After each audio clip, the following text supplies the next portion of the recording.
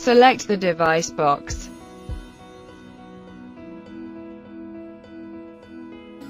Select the device element and define type and color.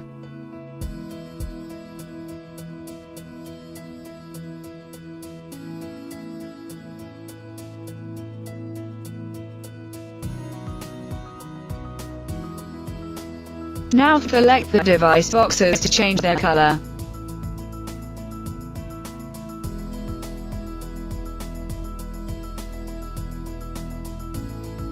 Specify a height from the pavement.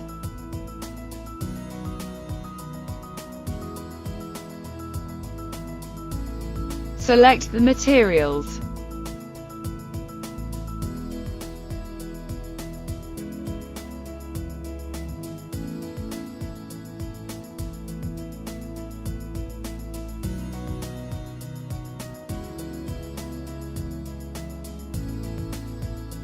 Even use the toolbar options to change the device color types and device box series.